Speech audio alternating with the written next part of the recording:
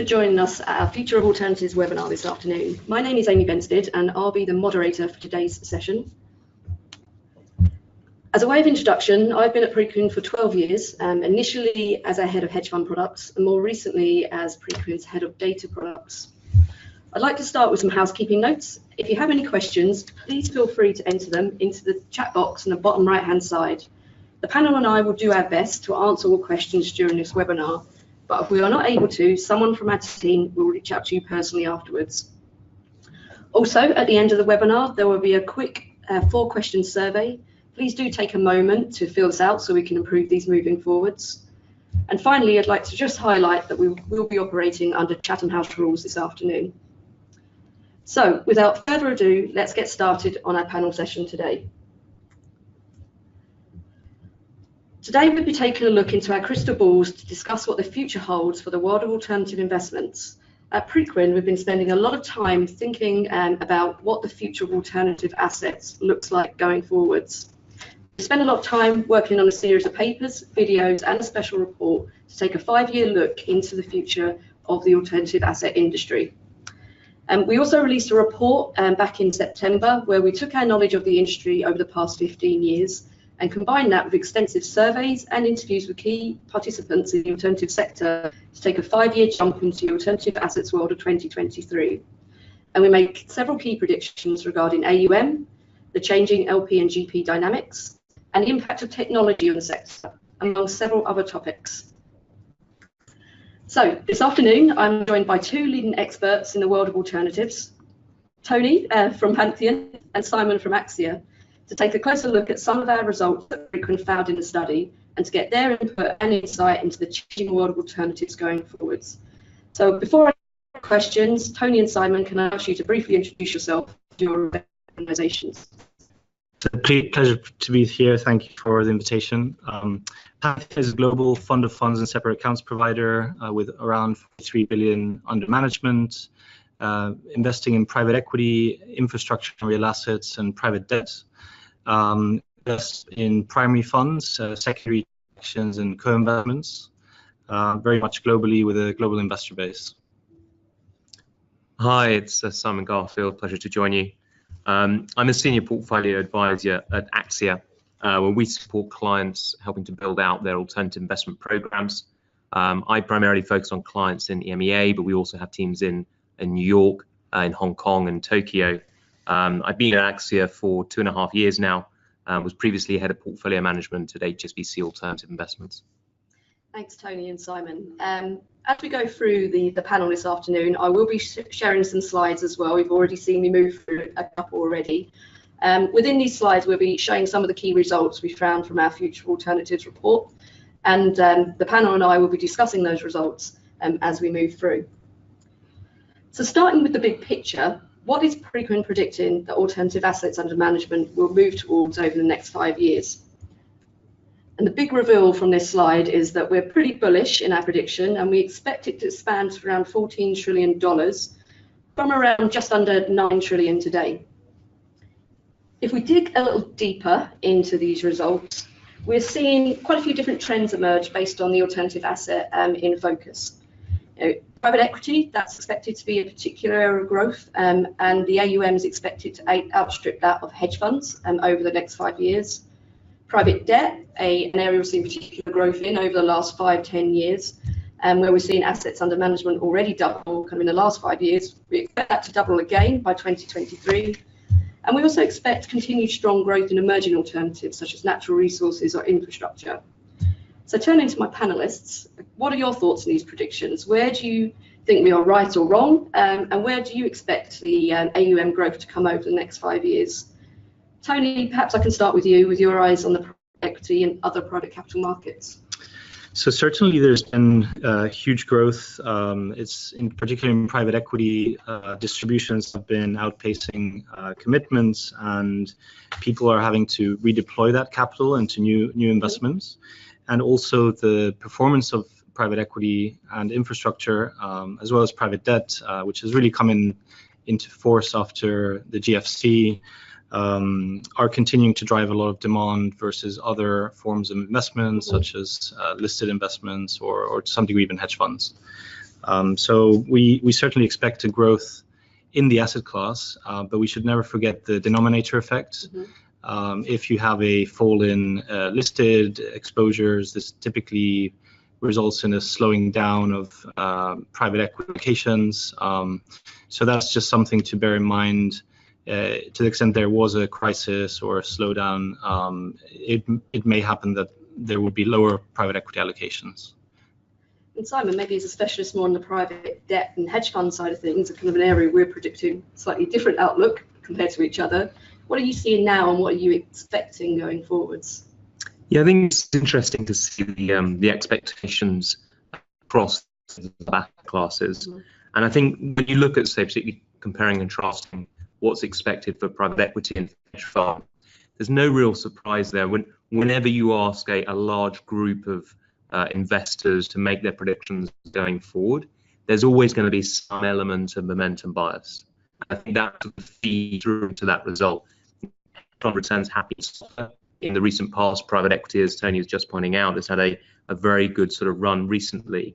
So there's no surprise to see those sort of bigger picture trends. And also hedge funds are probably a more mature investor base now, so would have expected that rate of growth to slow in any case. I think private credit is interesting because there is a little bit of a difference, and there's potentially more of a secular growth story rather than one that is sort of more cyclical around where returns are.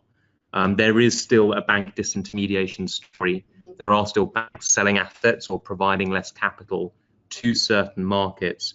And even as regulations change in certain parts of the world and potentially become a bit easier for banks again, their business models have changed. And I think that sort of secular growth is something behind the sort of predictions that you see on the significant increase in private credit from a very low starting base as well.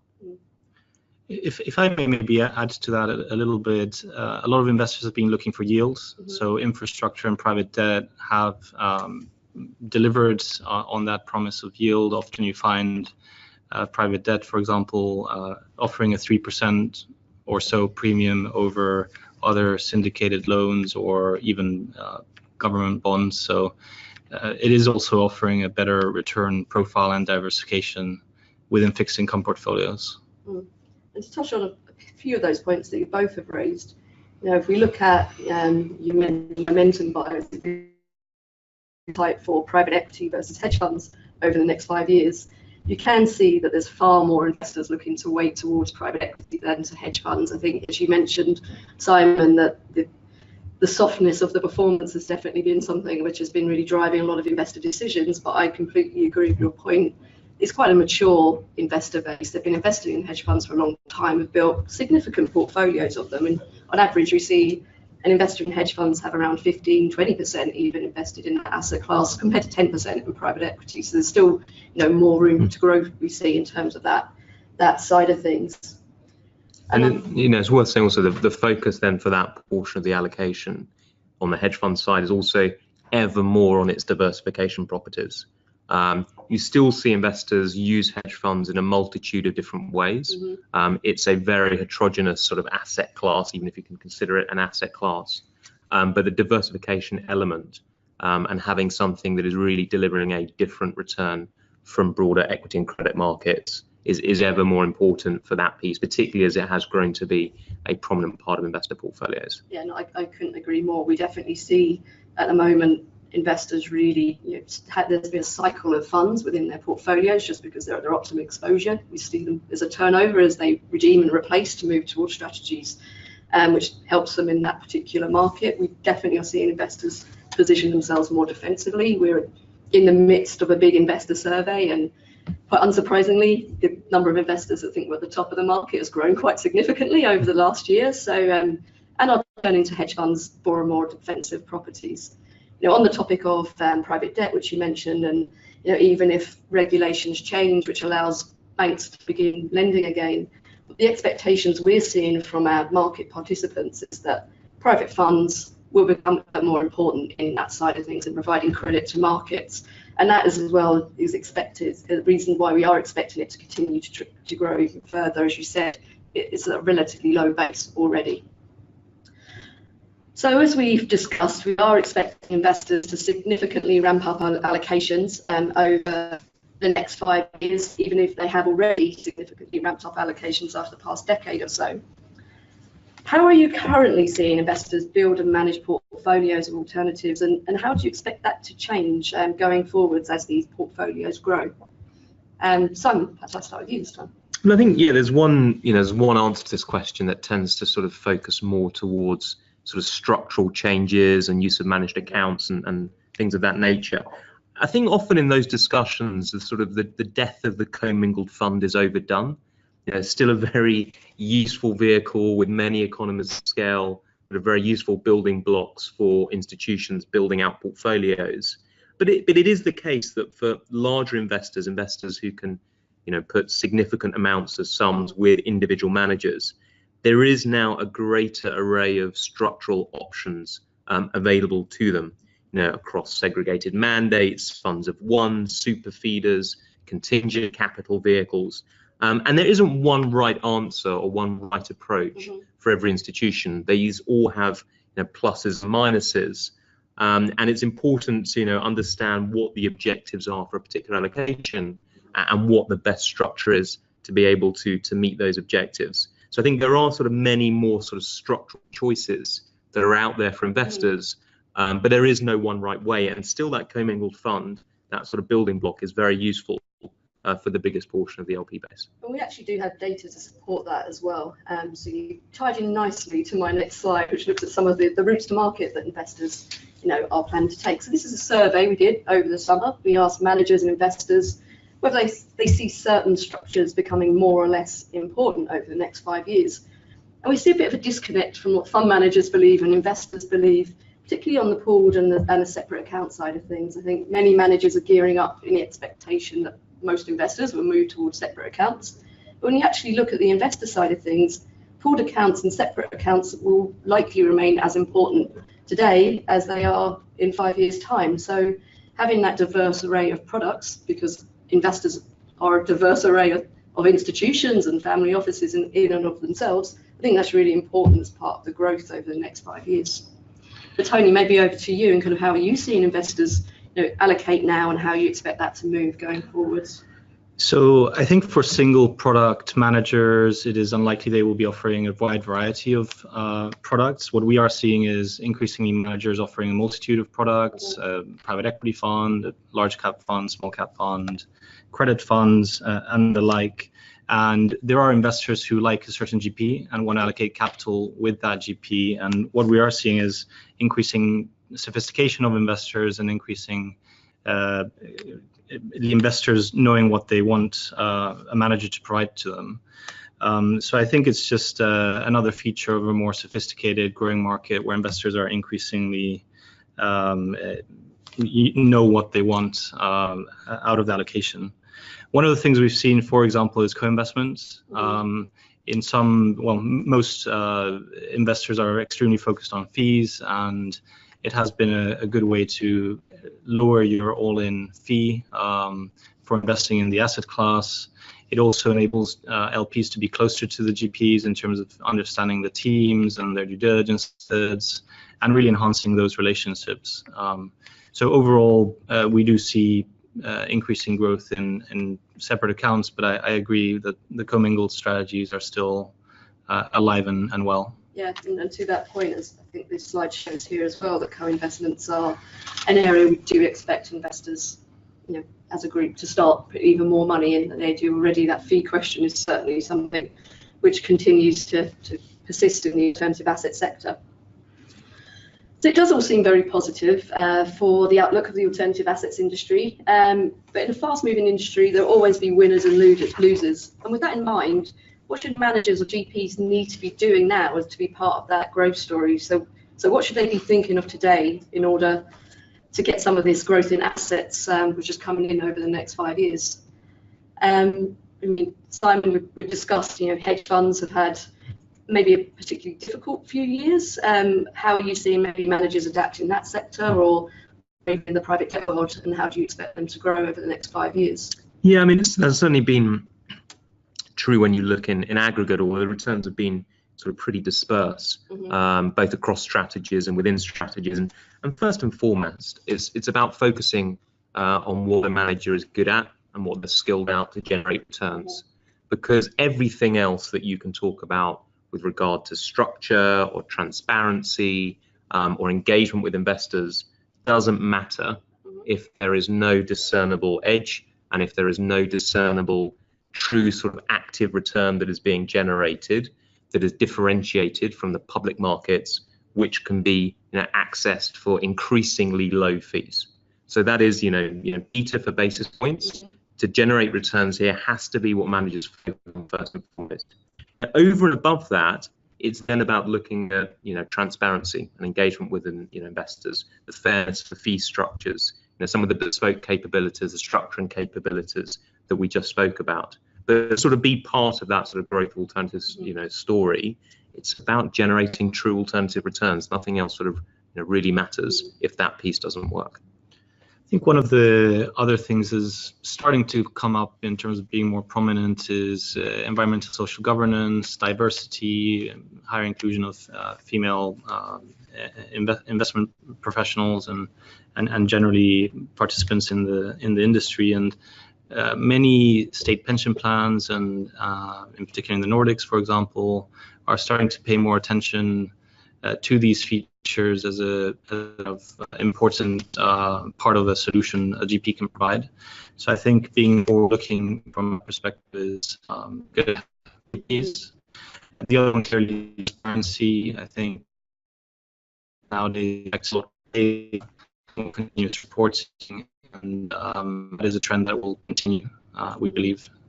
Yeah, we did quite a bit of work in the official alternative report around those topics of ESG, diversity and female representation, and the sense that we got from the people we spoke to, it's become less of a just box check-in exercise and more of an actual reality in how investors are making decisions. And we are expecting both of those topics to really drive a lot of the change and the ways that allocators approach their fund managers and the way they look at fund managers. We think there's a bit of a disconnect between both groups and what they're doing at the moment, but we're fully expecting that to change over the next 5 years. I think it's an important topic for fund managers out there to take note of. There's something else we've also seen is the expectation that Asia will become an ever more important source of capital. I know you guys are both based in London and European specialists, but do you have any thoughts, or do you see kind of Asia already becoming more of a important source of capital, and do you kind of expect that to change the way that fund managers raise money in the market? So we have offices in South Korea and Japan, and we see those markets as extremely attractive, well-built pension systems, and increasingly looking at alternatives as a way of diversification to diversify their returns and drive their returns for their constituents. So we see that as a big growth area, in addition to potentially also private wealth in some of those regions.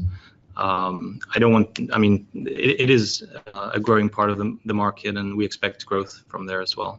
It's certainly something we're expecting and predicting. Here at Preqin, we have offices in Singapore, mainland China, and Hong Kong, and we are looking to these other markets. We've got local language specialists out there to be having conversations with these investors, which are often in quite early stages of their alternative investment portfolios. And in the hedge fund world, for instance, we've seen a lot of money come out from South Korea into European funds over the last couple of years, and that's something we expect to continue. Again, I think that's another consideration for fund managers, no matter where you're based, is that as Asia grows and opens up to more alternative investment, there's an opportunity to raise capital from those markets as well. I mean, the other side of the coin is also equally important when you look at the significant sort of GP opportunity in Asia. We've got researchers in Hong Kong and in Tokyo, and when you look on sort of the hedge fund side in particular, you see listed equity markets with much higher retail participation than you see in the US in particular. Much greater potential for inefficiency, for old-fashioned sort of hedge fund strategies that once worked in the US, are really to be applied in local markets.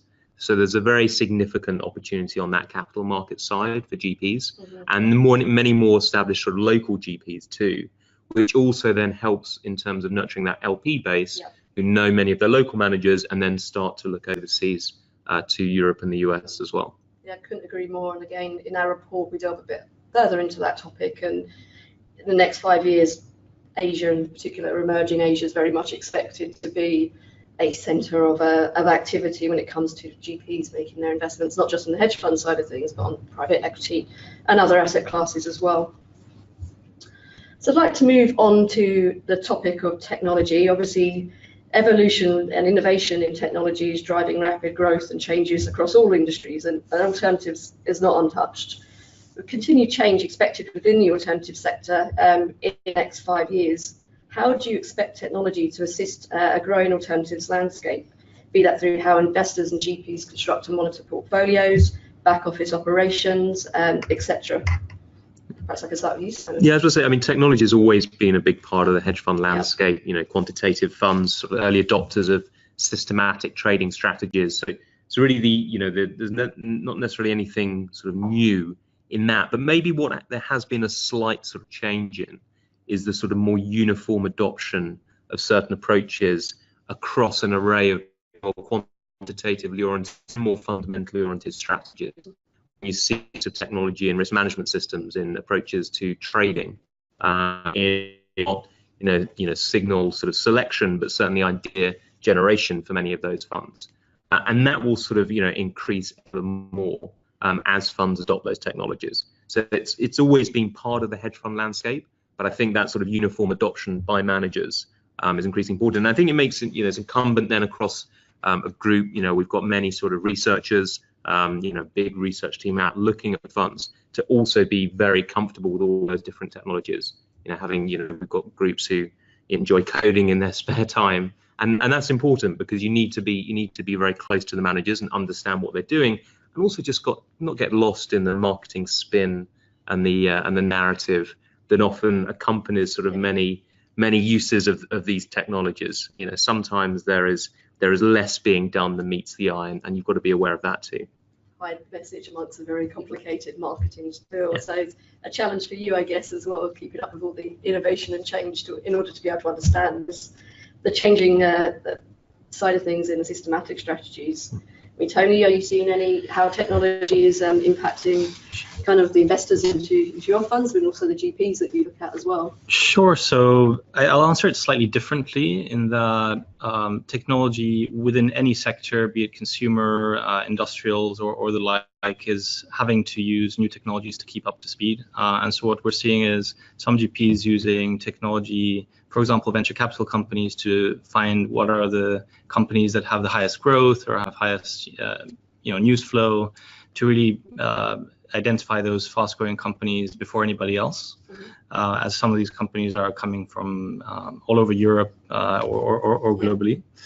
And clearly, in terms of reporting and data analysis, more and more data that's coming out of the private equity system that's being analyzed, and so there's an increasing use of tools such as Preqin, as well as reporting tools that are increasingly becoming important as part of investor portfolios. So, thanks for the Preqin plug there. We should hire you for our marketing team as well. Before I ask my final question, I'd like to please remind you, listening out there, that you can ask the panel a question if you wish through the chat box on the bottom right-hand side of the webinar page. But now to my final question, looking ahead to future markets, we've obviously been in an extended bull run for many, many years now, but 2018 has shown signs of difficulties ahead, and I think some of this Brexit chaos this week shows that, at least on the home front, political uncertainty is likely to have a bigger impact on markets in 2019 and beyond. What impact do you think a market correction would have on these predictions for AUM growth over the next 5 years? And how do you see the different alternative asset classes faring if and when a market correction happens? I guess depending on what the correction looks like, which markets, etc. This is a difficult question. So I'm going to throw this over to you, Tony, first. Okay. So as I mentioned before, if you look back at the GFC, there was a denominator effect. Private equity or private markets valuations don't fall as quickly as listed markets, and all of a sudden, within this period of maybe 3 to 6 months, you become over-allocated versus your target. So some of the things that could perform particularly well, secondaries strategies, where there may be more sellers that are more distressed potentially, and discounts in that period did narrow or did expand. So that's a fruitful area to be looking at. I think at the moment, the thing that we're hearing is in terms of credit funds, there's been a huge growth in direct lending funds, which is at the safer end of the market. And I think if there's a big period of dislocation, there may be some good distressed opportunities as well. So that may be another good hunting ground. Maybe that leads on to you and the debt and the credit side of things. Simon, what are your thoughts on? Yeah, I think, picking up on the direct lending, perceived to be at the safe end of the spectrum. I think what will be very interesting when we do eventually sort of go into a true credit cycle is it really gives you the first chance to distinguish the choices that some of these managers have made in the credit that they've extended to the companies, and where people have been aggressive on risk and where people have really stayed truer to more senior lending and more defensive profiles. Because at the moment, when you sort of look at sort of returns across that space, everything clusters, mainly because all funds have similar hurdle rates. So no one wants to lend below their hurdle rate, otherwise they don't get to earn their carry.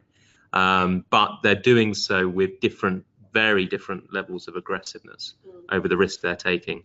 And it's only really when you go into that next default cycle, you'll begin to see that dispersion in the returns of direct lending funds. So I think that will be a sort of pretty interesting part of the next market correction. I think overall that won't necessarily change that sort of secular growth story around private credit, but it will lead to people being, I think, much sort of pickier and choosier and more diverse sort of prospects for growth at the individual GP level. I think the other thing to note is there are different cycles at different points in time. So, for example, the energy cycle may throw up interesting opportunities as well. Also, infrastructure should continue to perform given the long-dated tracks. So maybe areas to focus on, as well as maybe what some of the new strategies, what we call non-dated, are really coming to more aviation leasing or life settlements, those types of investments. True alternatives. We've had one question come through. So there are some concerns that parts of the private debt markets are taking on excessive risk in leverage loans, particularly in the CLO space. Do you see a breakdown in the price and terms, and do you think that banks providing leverage to the funds have risks as well? Yeah, I'm happy to take that. I mean, one thing I would do is make sure to distinguish between the sort of broadly syndicated leverage loan market and the sort of private, bilaterally negotiated direct loans from direct lending managers. But you're right to point out that actually in both of those areas, even if it's more obvious that on the broadly syndicated leverage loan side, there is ever more cov-lite issuance and ever greater sort of EBITDA adjustments and potentially risk being taken, the same trends are true on the direct lending side as well. So yes, the assumption is correct that risk has increased, and whether you're seeing the same from banks as well, they probably try to stick truer, mainly down to sort of regulation, but also, as I mentioned earlier, down to business models as well, to staying truly sort of senior. So actually, some of the problems will be more apparent for investors than they will be for bank lenders. You're seeing in some, by way of example, in some say direct lending structures, maybe a super senior piece from a bank sitting ahead of a unitranche loan from a direct lender. So that bank is actually obviously in a safer spot than the direct lender. And I think where all this sort of comes out is when you do have true defaults, because until those defaults happen, while this is all still performing credit, you're not aware necessarily of the impact of those risks, and also what recoveries will be like in the next cycle, because that is also a potential risk with greater use of EBITDA adjustments that mean you're actually lending at sort of higher multiples. means that potentially recoveries would be a lot lower than people are expecting. Thank you. Well, we seem to have a relatively shy audience with us today, but we do appreciate the question that came through. And please, if after this session you do have a question which comes to mind, just drop us a line at info@preqin.com, and we'll do our best to get back to you as soon as we can with an answer to that. And I'd just like to say thank you to everyone that's staying tuned this afternoon, and especially big thank you to Tony and Simon for your insights. I'd just like to remind you before I sign off that to fill in a very short survey at the end of this webinar. If you do have 2 minutes, please do take time to fill this out, as it will help us refine and define our webinar program for 2019. So if you haven't seen the full results from our future alternative reports, please do take a look at the Preqin site. We have several videos, articles, and an extended 80-page special report on there, which we hope you enjoy. So once again, thank you, Tony and Simon, and to you listeners. We hope you tune in next time. Thank you. Thank you. Thank you.